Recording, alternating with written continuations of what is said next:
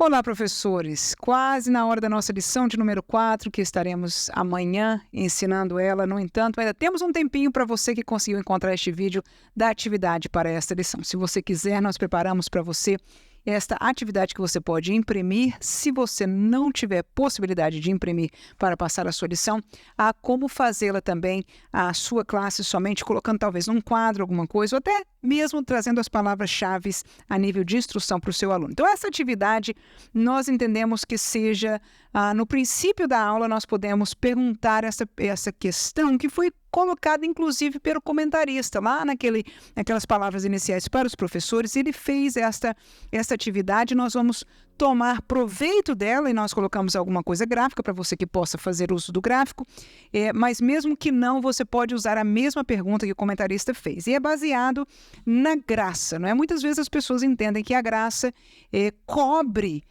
tudo que nós fazemos depois, e não é bem assim. Nós precisamos permanecer em obediência à palavra, e é isso que o texto de Romanos, capítulo 6, vai ser muito esclarecedor. Esse é o tipo de atividade que você tem que tomar um tempo, permitir os seus alunos abrirem a Bíblia Sagrada, lerem e trazerem resposta para você a partir da Bíblia. Então, você vai ver aqui que nessa atividade nós começamos com a pergunta: a graça é um passe para pecar? A resposta precisa e direta está no versículo 15, como eu coloquei aí, mas eu vou pedir que você proponha para a turma, antes de nós começarmos a atividade, ler o que está escrito aqui embaixo no papel, na leitura. Romanos capítulo 6, nós vamos ler os 2 primeiros versículos, depois leremos do 13 ao 18, e por que não tomarmos um minutinho aqui para ler todos nós juntos aqui? Olha lá, Romanos 6, 1 e 2 diz: que diremos, pois? Permaneceremos no pecado para que a graça abunde? De modo nenhum. Nós que estamos mortos para o pecado, como viveremos ainda nele? Então, você veja que só nestes 2 versículos já existem algumas verdades muito importantes para nós. Eu estou fazendo esse comentário com você. Você fica à vontade de parar no texto e falar com o seu aluno, ou perguntar para eles neste momento o que se entendeu destes primeiros versículos. Então, veja que a questão de Paulo parece ser que algumas pessoas estavam sugerindo tal coisa, que se nós pecarmos, a graça simplesmente se mostra maior, ou seja, viver uma vida relapsa, uma vida que peca aqui e ali, desde que nós sejamos Jesus, está mostrando que a graça de Deus é muito grande, passa por cima destas coisas. E isto não é verdade. Então veja que o apóstolo Paulo, ensinando aos romanos, nessa carta tão discipuladora, né? Ele diz: o que nós vamos dizer? Vamos permanecer no pecado para a graça abundar? De modo nenhum é a resposta dele. Aí ele coloca as palavras muito fortes: se nós estamos mortos para o pecado. E esta é a situação, inclusive, vivenciada e, por que não dizer, gráfica do batismo. Isso ele vai também falar em uma outra carta, bem mais a miúdos, né?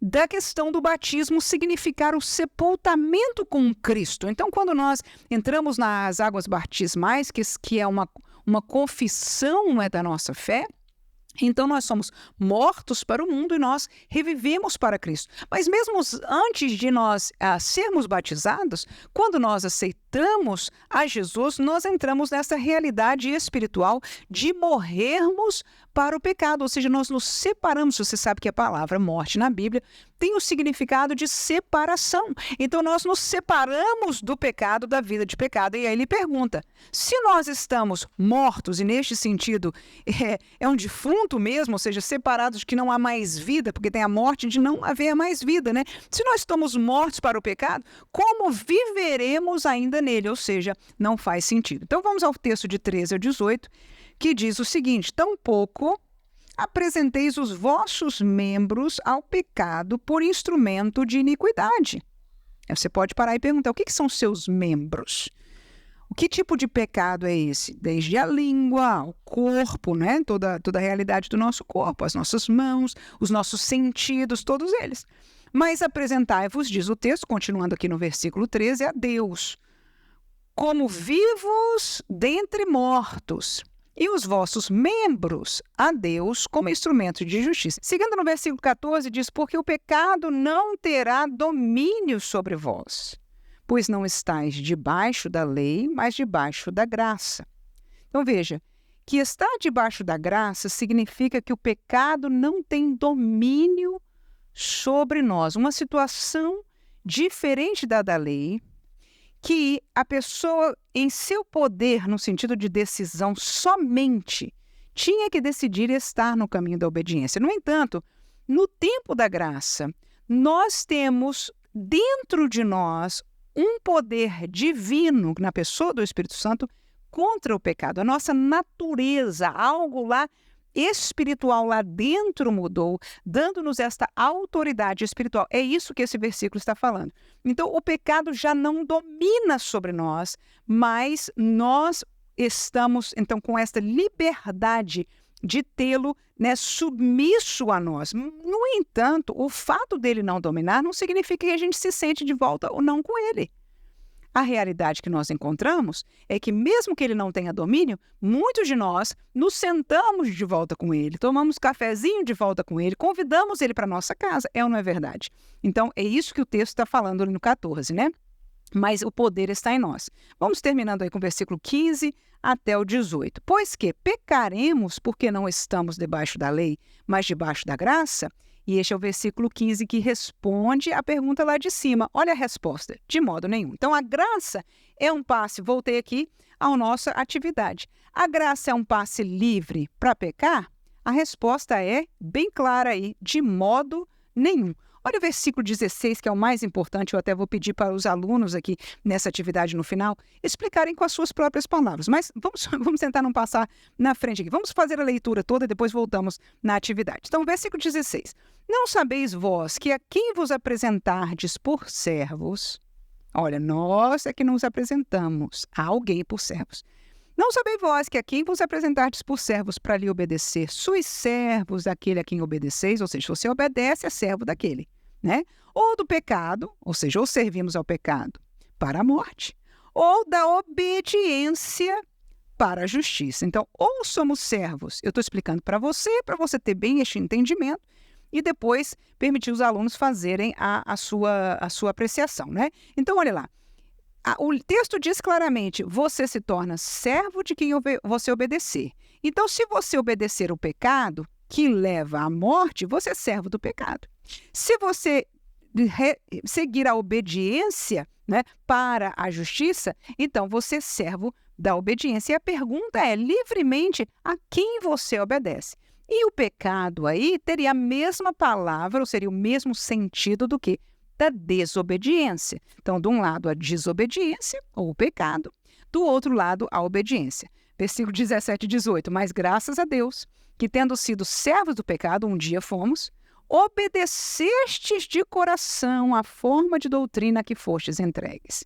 E libertados do pecado, fostes feitos servos da justiça. Então, está aí um texto muito precioso. Nós comentamos com você aí o entendimento. Você pode parar um tempo, ser muito bom você, como professor, tomar um tempo com este texto e esmiuçar, né? Ver bem se você entendeu, né, este caminhar, e aí você pode olhar para essa atividade e vai encontrá-la muito importante. Então, a pergunta primeira é essa: a graça é um passe para pecar? E a resposta é, como disse Paulo, de modo nenhum. E o que é a graça, então? Eu coloquei graça, neste sentido do texto, é a salvação pela fé, é o perdão.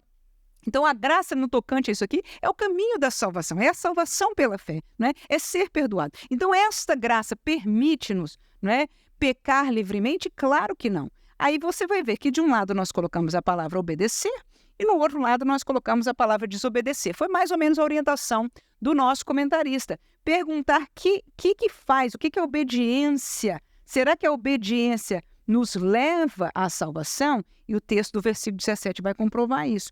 E será que a desobediência nos tira da graça, nos aparta da graça? E o versículo 16 vai mostrar isso. E este versículo 16, ele é tão importante, tão central, que eu sugeri aqui, olha, explique com suas palavras o texto de Romanos 6 e 16, e é isso que você vai passar ao seu aluno. Então, a ideia deste texto, nós já comentamos aqui, que é aquele exatamente que a quem você obedece, você se torna servo dele. E você só tem dois caminhos, ou ao pecado, ou a um caminho de justiça, ou seja, de obediência total à palavra de Deus, né? E qual é o destino destes dois? Também está aí. Um é para a morte, o outro é para a justiça. Então, você pode, à vontade, comunicar isso, fazer algum ler a resposta, enfim, fique à vontade para comentar, mas é muito importante entender aquilo que Paulo quis ensinar àquela amada igreja ali em Roma. O que que é? É que a graça não nos dá liberdade de pecar, pelo contrário. Nós, se desobedecermos e vivermos uma vida de desobediência, vamos acabar nos apartando da graça. Não se sai num dia, num momento, mas quando nós vivemos um caminho de desobediência, então sim, nos apartaremos da graça, podemos sim cair da graça do Senhor. Que Deus abençoe você como professor e eu espero que essa atividade tenha sido de bênção para você.